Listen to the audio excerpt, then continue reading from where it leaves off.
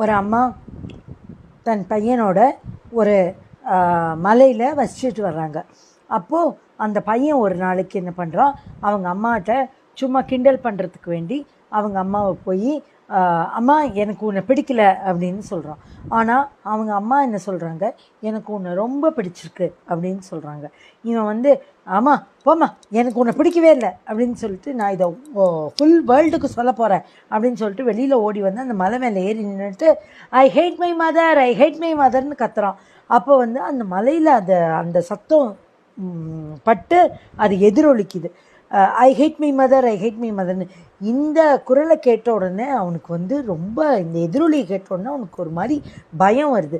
அவங்க அம்மா கிட்ட போய் சொல்கிறான், அம்மா நான் தெரியாமல் சொல்லிட்டேன், நான் ஒரு தடவை சொன்னோன்னா அது பல மடங்காக திருப்பி கேட்குது அப்படின்னு. உடனே அவங்க அம்மா சொல்கிறாங்க, இதுதான்ப்பா, இதுலேருந்து நீ 2